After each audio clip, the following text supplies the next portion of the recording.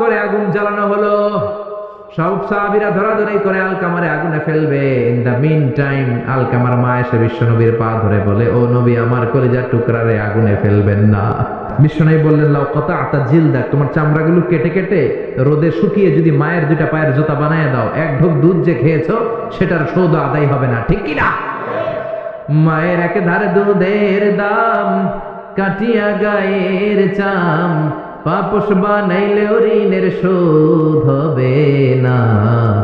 এমন দরদি ভাবে কেউ হবে না আমার মাগো, ঠিক কি না? 10 মাস 10 দিন কষ্ট দিলাম। ইসলামিক লাইফ, জীবন গড়ুন কোরআন সুন্নাহর আলোকে। আল্লাহ বললেন, খবরদার, 3 কারণে মায়ের মর্যাদা বেশি। আবার বিশ্বনবীও বললেন, বাবার চেয়ে মায়ের মর্যাদা বেশি। এক হাদিসে বললেন 3 গুণ, আর এক হাদিসে বললেন 4 গুণ। সাহাবী বললেন, কার সাথে ভালো আচরণ করব? বিশ্বনবী বললেন, উম্মুক, তোমার মায়ের সাথে। তারপরেও বললেন মায়ের সাথে, তারপরেও মায়ের সাথে, তারপরে মায়ের সাথে, পঞ্চমবারে বললেন তোমার পিতার সাথে। 4 বার মায়ের কথা বললেন। কয়বার? আরো জোরে বলেন। এজন্য আল্লাহ ডেকে বলে, গোলাম, খবরদার, মায়ের সাথে ভালো আচরণ করবা। কারণ হামালাতু উম্মুহু, বাবা তোমারে পেটে ধরে নাই, পেটে ধরেছে কে? ওয়াহানান আলা ওয়াহান, বোঝার পরের বোঝা, জ্বালার পরের জ্বালা, যন্ত্রণার পরের যন্ত্রণা বাবা সহ্য করে নাই, করেছে কে? ফাসালহু ফি আমাইন, 2 বছর বাবা দুধ খাওয়ায় নাই, দুধ খাওয়ালো কে? কয় লিটার দুধ আপনি সাবার করছেন মায়ের বুকের, কোনো হিসাব আছে? বিশ্বনবী বললেন, লাউ কাতা'তা জিলদাক, তোমার চামড়াগুলো কেটে কেটে রোদে শুকিয়ে যদি মায়ের দুইটা পায়ের জুতা বানায় দাও, এক ঢোক দুধ যে খেয়েছো সেটার শোধ আদায় হবে না, ঠিক কি না? মায়ের একেধারে দুধের দাম, কাটিয়া গায়ের চাম, পাপস বানাইলেও ঋণের শোধ হবে না। এমন দরদি ভাবে কেউ হবে না আমার মাগো, ঠিক কি না? 10 মাস 10 দিন কষ্ট দিলাম। একটা মা তার বাচ্চাকে জমিনে আনতে যে, জমিনের আলো দেখাতে যে কত কষ্ট করে শোনেন। চিকিৎসা বিজ্ঞানীরা বলে, সুস্থ মানুষ 45 ইউনিট ব্যথা সহ্য করতে পারে, এর বেশি পারে না। কত ইউনিট? 45 ইউনিট। এর বেশি যদি ব্যথা পায় কেউ, হয় মরে যাবে, নয় বেহুশ। আমার আর আপনার মা আমাকে আর আপনাকে জন্ম দিতে যে 57 ইউনিট ব্যথা সহ্য করেছিল ডেলিভারির দিন। 57 ইউনিট, 57 ইউনিট প্লাস, তার চেয়েও বেশি। যেটা কোনো অ্যাক্সিডেন্টে আপনার দেহের 20টা হাড্ডি একসাথে ভেঙে গেলে যত ব্যথা, এর চেয়েও বেশি ব্যথা। সুবহানাল্লাহ কইতে পারলেন না? এজন্য আল্লাহ বললেন, খবরদার, মা বাবার সাথে খারাপ আচরণ করো না। মা বাবার সাথে খারাপ আচরণ করলে যত বড় আল্লাহর ওলি হও, কাজ হবে না। বিশ্বনবীর এক সাহাবী নাম হলো আলকামা। কি নাম? মৃত্যুর আগে দিয়ে আলকামার মুখ দিয়ে কালেমা বেরোয় না। সবাই মিলে আলকামারে বলে, ও আলকামা, কালেমা কালেমা পড়ো। আলকামার সামনে সবাই পড়ে লা ইলাহা ইল্লাল্লাহ, কিন্তু আলকামার মুখ দিয়ে বের হয় না। 3 দিন বিছানায় পড়া। কয়দিন?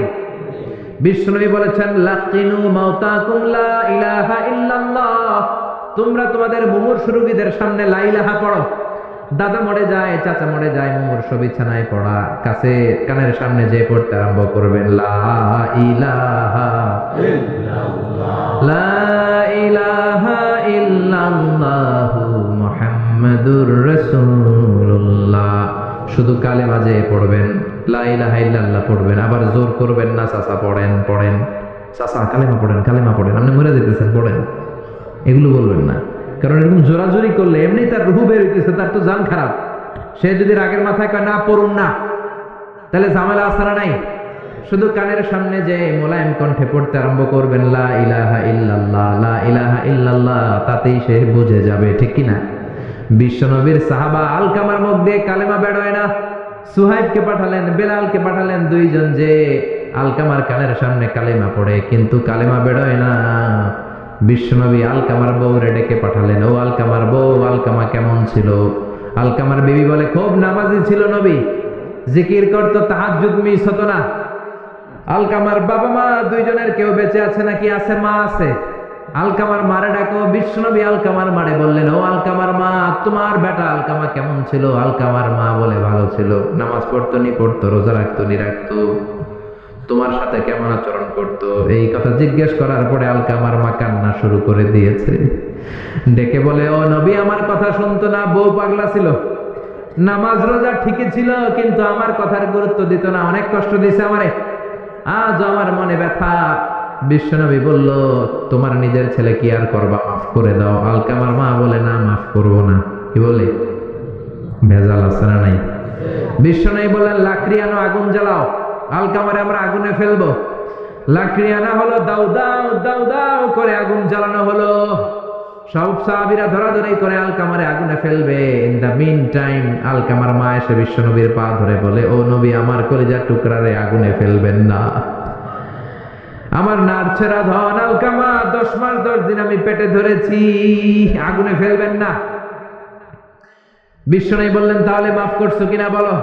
চোখের পানি ছেড়ে দিয়ে বলে, নবী যান, আলকামার ব্যাপারে আমার মনে আর কোনো দুঃখ নাই, আমার ছেলেটারে তারপরেও আপনি আগুনে ফেলবেন না, আমি আমার আলকামারে মাফ করে দিলাম।